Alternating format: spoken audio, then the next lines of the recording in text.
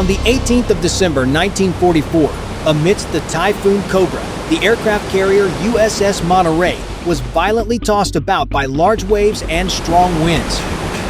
Aircraft in the hangar were thrown from their positions, colliding with each other and igniting a fire on the hangar deck that killed 3 sailors. That's the scariest thing about ocean waves. They don't just batter the hull. They can turn aircraft, fuel, moorings, and steel decks into a chain of disaster right inside the aircraft carrier. But the power of a storm isn't just measured by what it does to an aircraft carrier. Sometimes, just looking at a smaller vessel reveals how quickly a storm can crush an entire system. In April 2026, the 145-foot-long American cargo ship Mariana lost contact near the northern Mariana Islands as Typhoon Sinlaku approached with massive waves.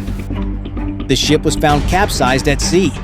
6 crew members were missing, and search teams later recovered the body of 1 person. Mariana is much smaller than an aircraft carrier, but the lesson is the same when seawater begins to exceed the design limits. Everything can collapse in a chain reaction: electricity, pumps, communications, center of gravity, and the ship's control. With an aircraft carrier, disaster doesn't necessarily begin with sinking. It can start when the ship decelerates at the wrong time, deviates from formation, loses its aircraft launch timing, and puts the entire combat system at risk. That paradox raises the most important question: how can the crew maintain the operation of a steel airfield when the very ship beneath them is being tossed about by colossal waves every second? If you appreciate those who stand guard amidst the storm, slippery decks, and rattling metal beneath their feet, comment respect. No flowery words are needed. That single word is enough to show you understand what they are facing. Maintaining speed in heavy seas must start at the bridge. This is no longer just a place to steer the ship. It is where the survival of every wave strike is calculated. Here, the officer of the deck decides speed and heading. The helmsman holds the wheel precisely, and the quartermaster constantly updates position, wind, direction, and wave data. A decision delayed by just seconds can result in the entire ship taking a wave at a dangerous angle. The carrier faces 3 extremely dangerous states. First, going too fast. If the speed is too high, the bow can plunge deep into the slope of a wave. When that happens, green water, meaning solid seawater rather than spray, will wash over the deck. Weighing tens of tons, this mass of water can sweep away everything in its path. The second scenario, going too slowly. If going too slowly, the ship will lose steering effectiveness. This nuclear-powered ship will react more slowly to waves and lose the ability to steer its bow in a safe direction. The third state, an incorrect angle to the waves. If waves hit the beam, the ship will roll violently, threatening to flip the aircraft chained to the deck. Waves don't just have height, they have direction, depth period, and timing of impact, forcing the bridge team to pre-calculate every angle of approach. There are 3 main motions they must control: pitch the bow going up and down, roll the ship tilting left and right, and heave the entire hull rising and falling vertically. The phenomenon of bow burying or plunging the nose is the worst-case scenario. The bow plunging deep into a wave can exert massive pressure on the forward structure and damage exposed equipment on the deck. In modern combat situations, the bridge doesn't just avoid waves, they must maintain a favorable heading so aircraft can land safely. This isn't like driving to avoid potholes on asphalt. This is dodging walls of water that can punch straight into a massive steel block. Every mistake by the bridge team leads to a chain reaction of disaster for other departments, but the bridge is only the first layer of defense against the ocean's power. Because even when the ship chooses the right heading, well, something more terrifying is happening behind it. A steel runway is trying to keep aircraft alive, loosed ask on a volatile sea. On land, a pilot lands on a stationary runway, on a carrier in heavy seas. That runway is tilting, rising, and disappearing every second. When the ship moves through large waves at 30 knots, the deck can pitch up and down with an amplitude of tens of feet. The pilot has only seconds to adjust the final approach angle. At this moment, the landing signal officer acts as a second set of eyes. The LSO doesn't just look at the current position, they must calculate where the deck will be when the aircraft touches down. This technique is deck motion compensation. The LSO doesn't react to the deck in the present. They must predict a few seconds ahead as the deck continues to rise, fall, or tilt, with every rhythm of the waves. If the deck is going down, the aircraft could enter a free fall and slam into the steel, snapping the landing gear. If the deck is rising, the aircraft could crash directly into the stern. The arresting gear system must withstand maximum tension when catching the aircraft's tailhook in heavy seas. This tension changes constantly according to the ship's tilt. Behind the LSO is the air traffic control team. They must guide aircraft back to a moving target, while that target itself is changing heading, speed, and being lifted up and down by waves every second. The optical landing system, usually featuring a Fresnel lens, helps the pilot see the glide slope relative to the deck. If the approach angle is no longer safe, the LSO can order a wave off, forcing the pilot to add power and circle back. In heavy seas, that decision must be made before the aircraft hits a deck that is shifting position every second. The deck crew must work in extremely harsh conditions, high winds, heavy rain, and a slippery deck. It is sullen too, make every step a potential accident. Tie-down chains must be checked constantly. If a single chain snaps, a $70 million aircraft becomes a steel wrecking ball, devastating everything. The deck surface is coated with non-skid. However, when green water washes over, even this coating cannot stop the force of the water. The AFFF foam firefighting system must always be ready because on deck, fuel, hot engines, weapons, and aircraft can turn a minor collision into an emergency. A massive wave can create a horrific domino effect. Water washing over the deck makes tools slide, turning them into flying objects. Dangerous to jet engines. In naval aviation, these foreign objects are called FOD. Only a small piece of metal can be sucked into a jet engine and turn into a catastrophe. The howling wind and crashing waves, but make radio communication more difficult than ever. The pilot must trust completely in the signal lights and the LSO's guidance. A normal airport only needs a clean runway. A flight deck needs a runway that isn't slippery, isn't on fire, has no foreign objects, and must not shake beyond limits. But if the flight deck is where the risks are visible, the part essential for survival lies deep below where engineers fight to keep the ship's heart beating. When waves hit the deck, the audience sees water.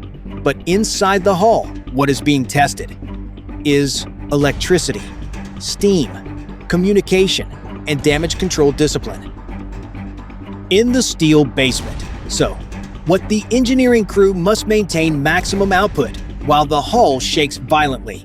The nuclear reactor must provide stable power for both propulsion and electrical systems.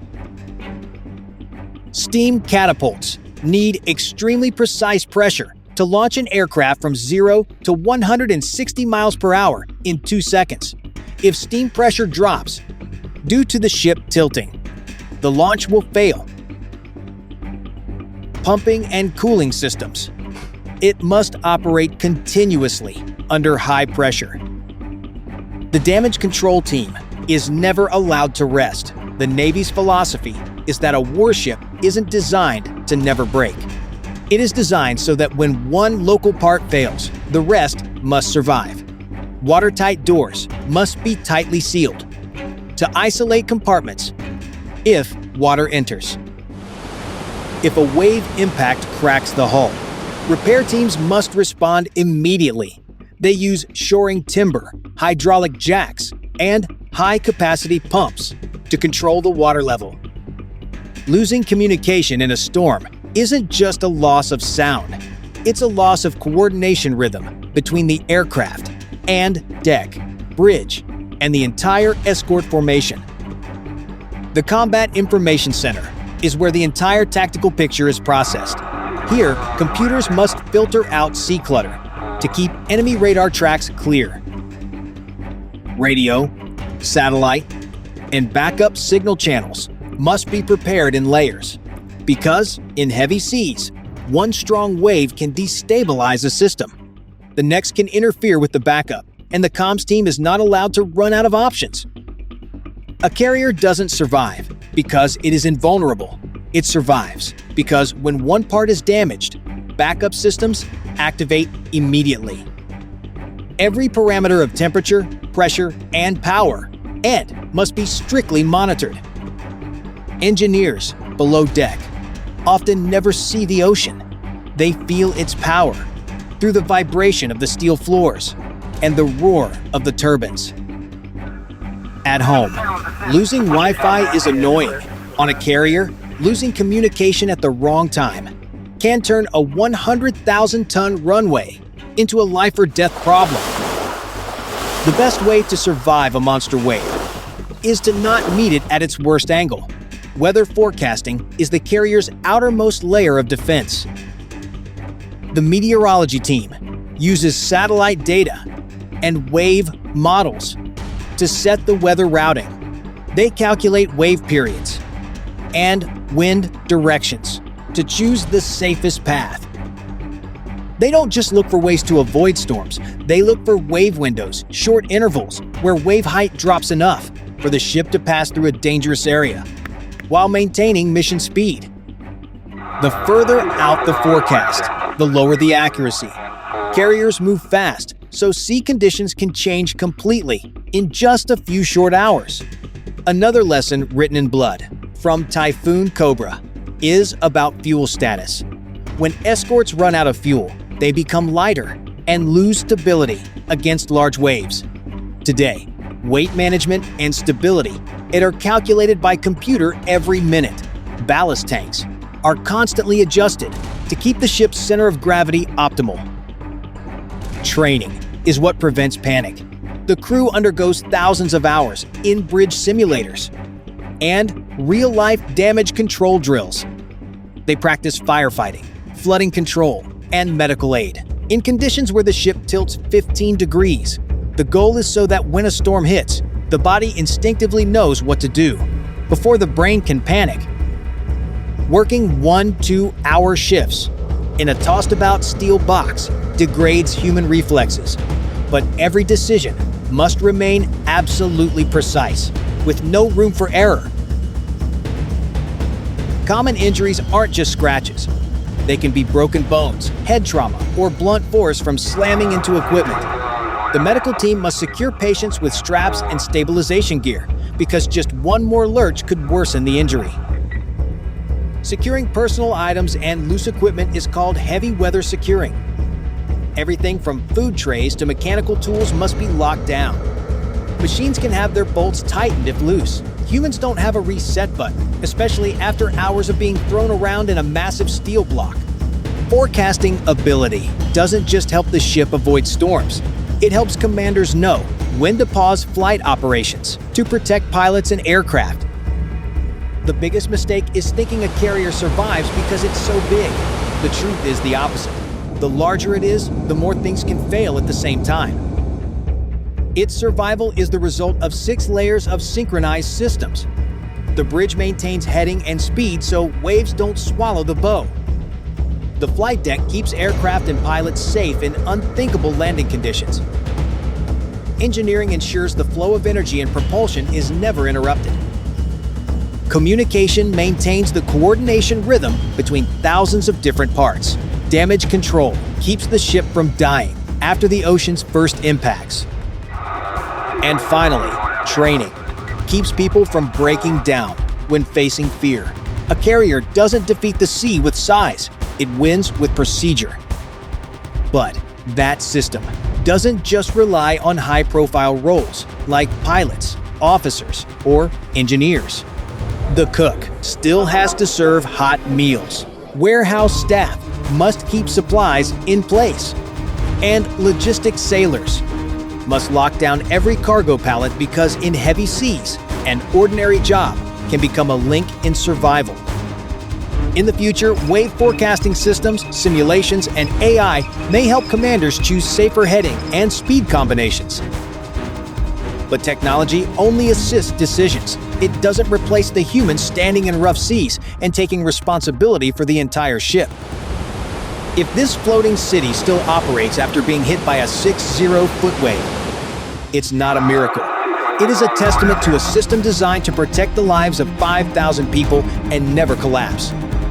When you see a carrier standing tall amidst the storm, remember that inside it is a fierce technical war. Every passing second is a survival puzzle that has been successfully solved. If you want to continue exploring the hidden systems inside the U.S. Navy, like and subscribe to the channel. The next video will dive into a strange but fascinating question. What happens when sharks swim too close to aircraft carriers and U.S. ships?